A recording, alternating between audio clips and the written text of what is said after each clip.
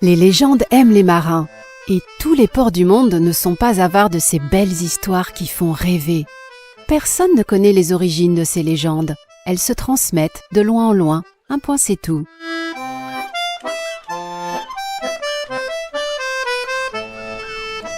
À Noirmoutier, à l'ombre de son clocher, de ses vieilles pierres et de son château récemment réhabilité, dès que les touristes profitent du soleil pour flâner, il se dit qu'un marin du Cru aurait fait renaître une épave envasée dans un bras de rivière à Setúbal, au Portugal.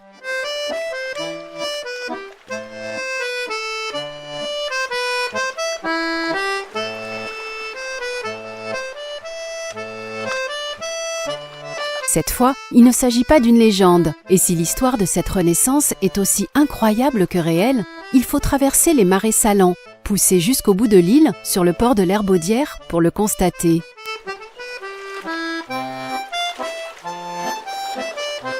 Bien trop grand pour stationner avec les petits bateaux de plaisance, c'est là, juste à côté des bateaux de pêche, que le galéo O Abandonado de Luc Archambault est amarré.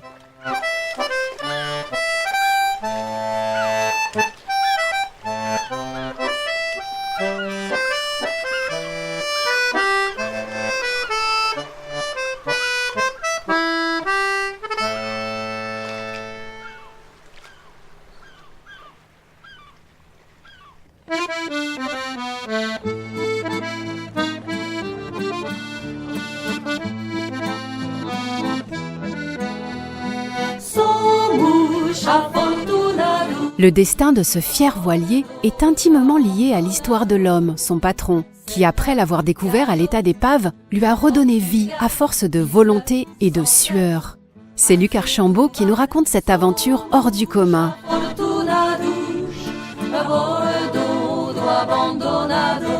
L'épave, je l'ai découvert dans le sud du Portugal, à Setúbal. Donc c'est le fleuve du Rio Sado qui remonte dans les terres, et donc là il y a des vasières avec des bateaux abandonnés. À cette époque, vous recherchiez déjà un bateau ou cette épave a été l'occasion d'achat? J'avais déjà un petit bateau de 7,60 m et je naviguais dans la région, quoi. J'étais descendu vers le Portugal et comme le bateau était trop petit pour vivre dedans, j'ai déjà passé 3 ans dedans, il était trop petit, je voulais quelque chose de plus grand pour pouvoir vivre à l'intérieur confortablement. Vous recherchiez un bateau, mais c'était vraiment à titre personnel, une utilisation personnelle? Au début, oui. C'était pour avoir un endroit pour vivre, mais un peu plus grand qu'un bateau de 7,60 m. Donc forcément, vous étiez déjà marin à cette époque, vous saviez naviguer? Oui, j'étais marin, j'étais marin professionnel et à la pêche, mais je faisais toujours de la voile. Donc j'ai appris à faire de la voile avec mon père étant jeune, et puis après j'ai gardé le goût de la voile, et puis voilà, j'ai retapé un bateau à Noirmoutier. J'ai acheté c'était un ancien, le bateau que j'ai acheté, c'était un ancien sardinier de Douarnenez, 1945, 7,60 m. Donc je l'ai retapé à Noirmoutier et après je suis parti avec et je suis descendu au Portugal.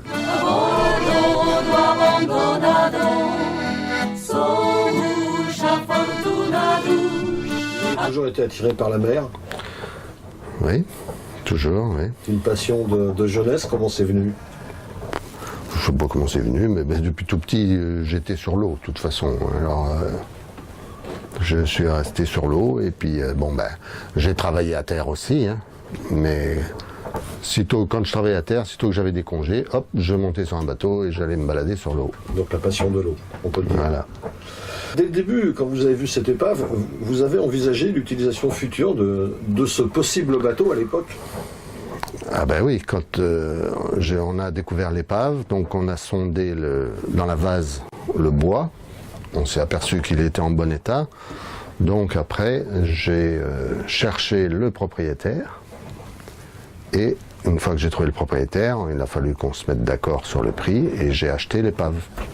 D'accord, c'était difficile cette négociation ou vous étiez bien content de s'en séparer? Non, c'était difficile parce que C'était un Portugais et c'était un ancien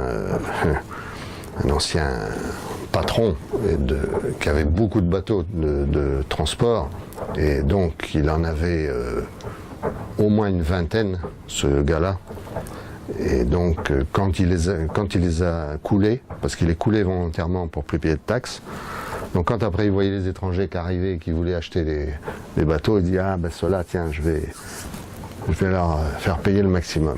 Et puis donc il en voulait cher, mais nous comme on n'avait pas d'argent, il fallait qu'on arrive à baisser le prix. Et puis bon, on s'est mis d'accord. Et puis voilà. Donado, Pinho, bravo, Pinho, mignon, pain portugais pour les border. Hardy les gars, Viro, Guindo, goodbye, farewell. Adieu les gars, adieu Bordeaux,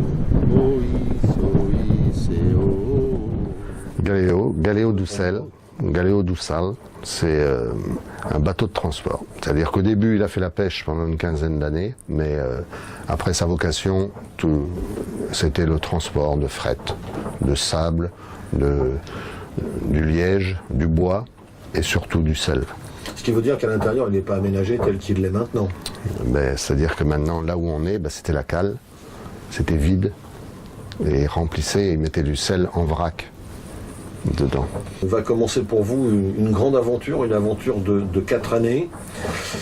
Mais avant de commencer cette aventure, je voudrais savoir quand même comment on peut s'imaginer un bateau lorsqu'on voit l'épave telle qu'elle était. C'est difficile quand même, non ? Ben oui, mais nous on voyait, donc il y en avait quelques-uns qui étaient restés à flot, donc on les avait vus déjà dans le port de Setúbal. On en avait vu une coque même qui était sans mât et qui travaillait qu'avec son moteur, qui transportait encore du sel, à l'époque en 81. Et donc on a vu quand même la coque des bateaux, on a vu ensuite des anciennes photos chez les photographes de la ville. Et puis voilà, quoi, ça fait tilt.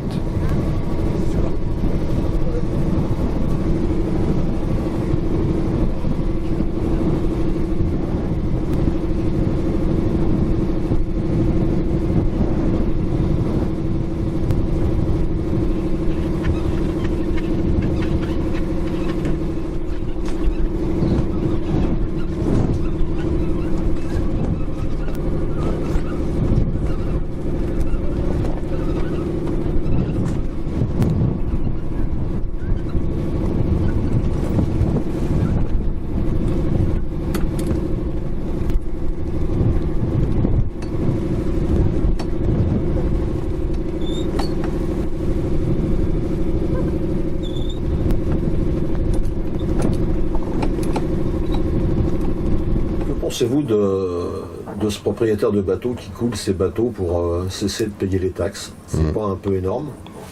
Mais lui, il faisait ça pour plus payer de taxes et puis aussi parce qu'après, il transportait le sel par camion.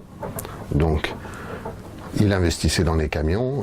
Il ne pouvait pas garder des bateaux. Les bateaux, ça coûte cher et il fallait les entretenir, il fallait payer des taxes, il fallait qu'il y ait des marins à bord. Donc, il coulait les bateaux volontairement. Il faisait un trou à l'avant, un trou à l'arrière, dans une vasière. Le bateau se remplissait d'eau et hop, terminé. Payez plus de taxes. Vous êtes propriétaire de l'épave, alors comment vous faites pour le renflouer? Il faut trouver le financement, il faut trouver une entreprise pour le renflouer. Je pense que c'est quelque chose qui ne se fait pas facilement. Et puis ensuite, trouver un chantier naval, du personnel compétent. Expliquez. Non, pour renflouer le bateau, il n'y avait pas besoin d'entreprise. Ce qu'il fallait, c'était de l'huile de coude. Et puis, cracher dans les mains et aller vider la vase. Parce que le bateau était plein de vases, donc il avait environ 40 tonnes de vases à l'intérieur, donc à marée basse, on était à 2, on ne pouvait travailler qu'à marée basse, hop, on descendait dans le bateau et à la pelle, on jetait la vase à l'extérieur. Et puis au bout de 2 mois de travail, la coque était vide de vase, il n'y avait plus de vase. On a mis des bidons à l'intérieur, des bidons de 250 litres, on les a attachés à l'intérieur. Et quand la mer est montée, hop, le bateau a flotté. Il flottait plus ou moins, il flottait entre 2 eaux.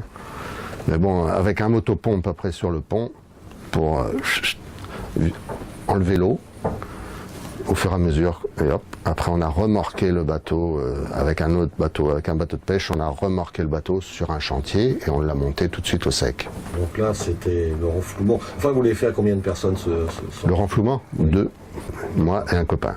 On criait au fou dans le secteur, non? Ah bah oui, quand ils nous voyaient, de toute façon on était noirs de vase, déjà. On n'avait pas le temps de se laver. Hein. On se lavait avec l'eau, quand la marée montait, avec l'eau salée. Ah oui, ben oui, on nous traitait de fous. Les Français, maluco. A capote somos afortunados, a bordo do abandonado. En 68, la triste année abandonnée comme condamnée.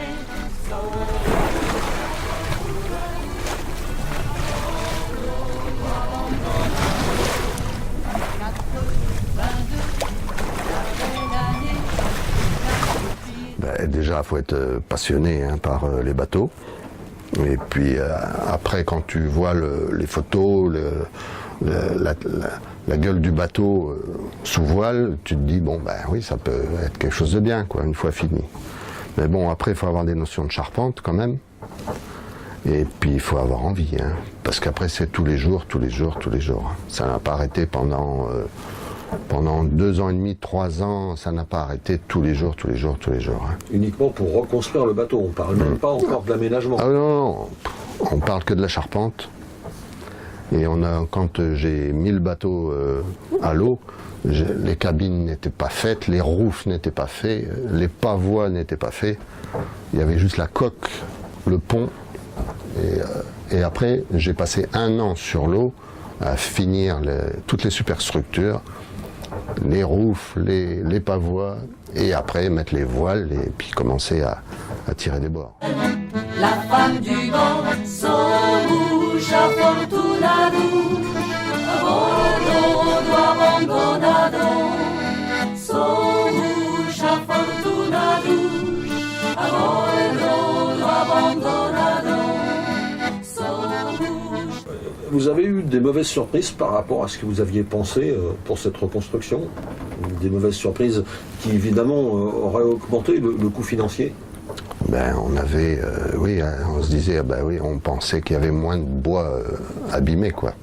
Et puis finalement, en démontant, on dit, ah ben oui, il y a encore ça à changer, il y a ça à changer.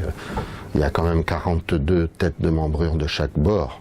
Donc ça fait 84 têtes de membrure. Ça fait beaucoup de bois.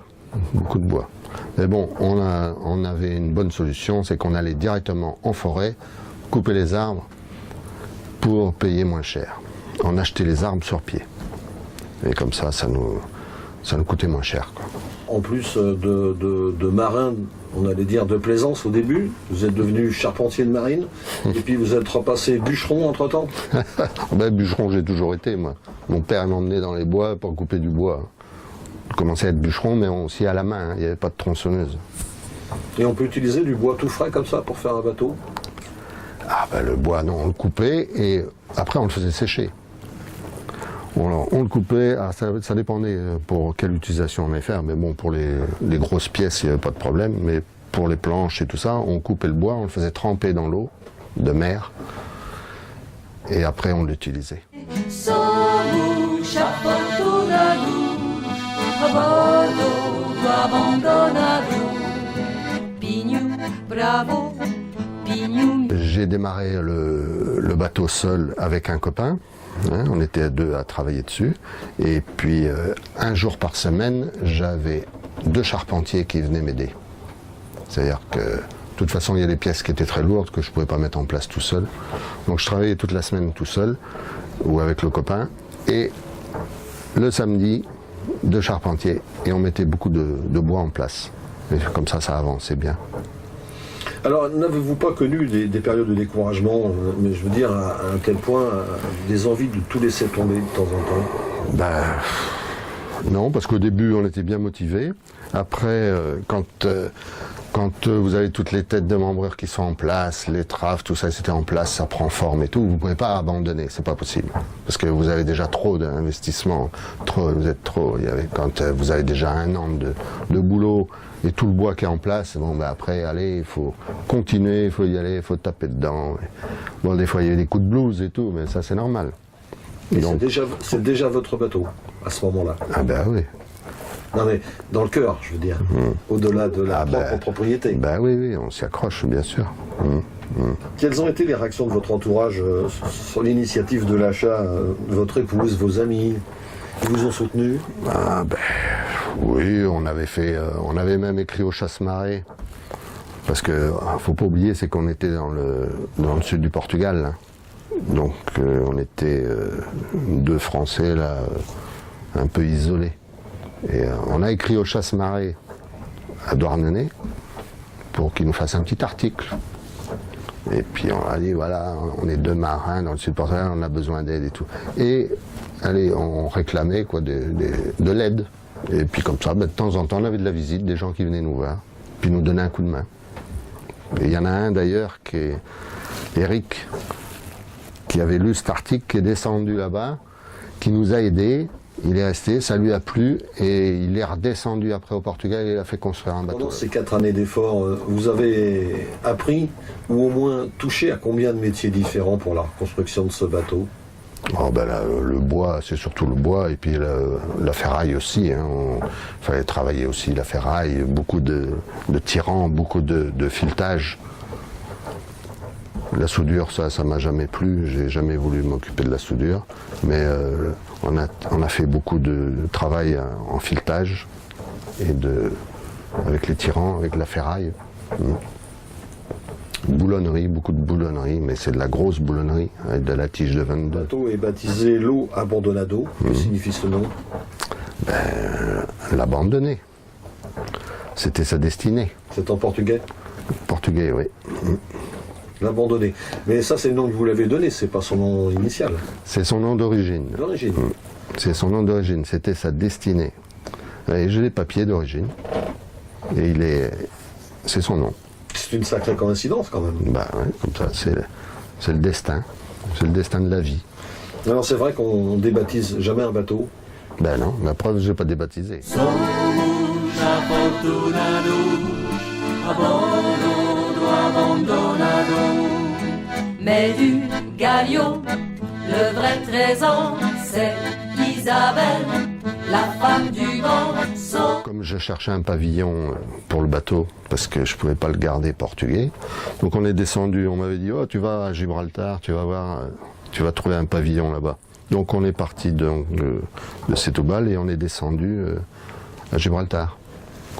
Et puis là, on s'est rendu compte que c'était hors de prix, c'était pas pour nous. Donc on est remonté le long du Portugal, et puis on est venu au Sable d'Olonne. J'ai inscrit le bateau au quartier des Sables d'Olonne en 1985. C'était le premier quartier maritime du bateau, c'était les Sables d'Olonne. Et ensuite, comme j'ai ma famille à Noirmoutier, on est venu à Noirmoutier, puis je l'ai inscrit à Noirmoutier. Et puis j'ai cru comprendre que vous êtes très attaché à cette île de Noirmoutier. Ah ben c'est là que j'ai appris à marcher, alors c'est normal qu'on y revienne.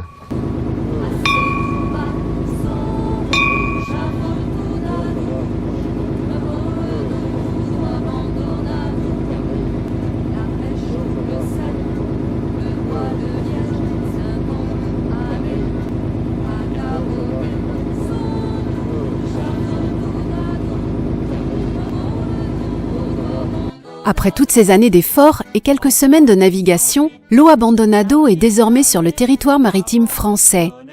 Transporter des passagers devient une nécessité pour trouver une source de revenus permettant d'entretenir ce voilier de 19 mètres. C'est une nouvelle aventure qui commence, administrative cette fois. Ah oui, alors là, là c'est une longue histoire parce que, bon, d'abord il a fallu immatriculer le bateau. Alors une fois qu'il a été immatriculé en plaisance, après, donc nous, on s'est rendu compte qu'il fallait qu'on travaille avec le bateau pour pouvoir payer tout ça. Donc, on a décidé de faire du transport de passagers. Et là, ça devenait compliqué avec les affaires maritimes. Donc, on n'a pas baissé les bras. Et puis on a le bateau donc été déclaré en NUC, c'est-à-dire navire d'utilité collective. Et à partir de là, on a réussi après à faire toutes les démarches auprès des affaires maritimes pour pouvoir embarquer les passagers. Et on est autorisé à transporter 20 personnes. Et c'est compliqué? Ah ben, c'était compliqué, oui, hein, c'est compliqué, hein, parce qu'il faut avoir tout le matériel de sécurité nécessaire, et puis évidemment il y en a de plus en plus, tous les ans ils rajoutent quelque chose, et les épreuves de stabilité, les radeaux de survie, bon, il y a tout un tas de matériel à avoir à bord qu'un navire de plaisance n'est pas obligé d'avoir.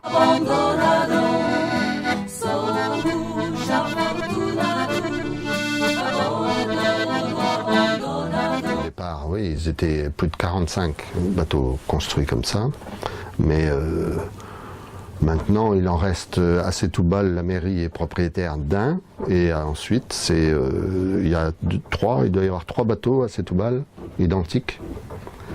C'est des privés comme ça, et puis après le reste, le mien ici en France, il y en a après un en Australie, il y en a peut-être 2 ou 3 dans le monde là, qui traînent, mais c'est tout. Ce qui fait qu'on peut dire que vous détenez une pièce rare. Ben, ils sont rares, oui. Ils sont rares, oui, mais bon, il faut les garder à flot, hein. Et maintenant, il faut continuer quand même à l'entretenir, taper dedans, et il y a toujours du bois à changer, il y a toujours des travaux tous les ans à faire pour pouvoir passer la visite de sécurité tous les ans. Pêche en mer le matin, balade sous voile l'après-midi, des activités soumises aux contraintes de la météo, on peut l'imaginer. Est-ce que c'est vraiment un commerce difficile en ces temps de crise ? Oh ben, non, ça a toujours été difficile, de toute façon, ça n'a pas été facile, hein. Parce que déjà, faut trouver les clients, et puis après, les gens, ils ont toujours une petite appréhension, ils se disent, on va monter sur un voilier, là, oh là là, mais on va pas chavirer, vas-y. Alors, les gens sont toujours méfiants, mais bon, au bout d'un quart d'heure, une demi-heure, ils sont rassurés, et puis tout se passe bien, ça va.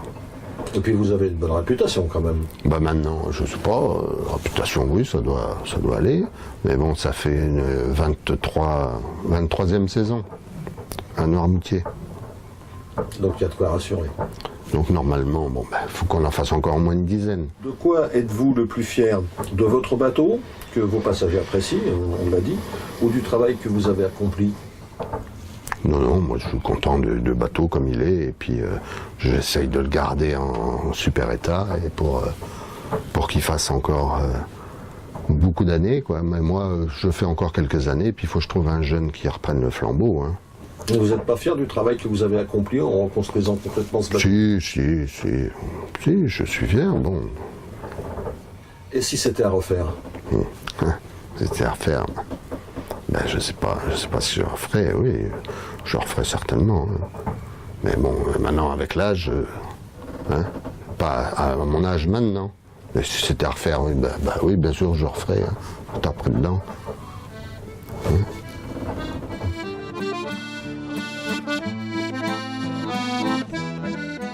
Alors, si un jour vous croisez Lo Abandonado ou si vous avez l'occasion de monter à son bord, vous vous souviendrez de son histoire. Vous vous souviendrez aussi de la volonté et du courage de ce marin, Luc Archambault. Cette renaissance est l'œuvre de sa vie.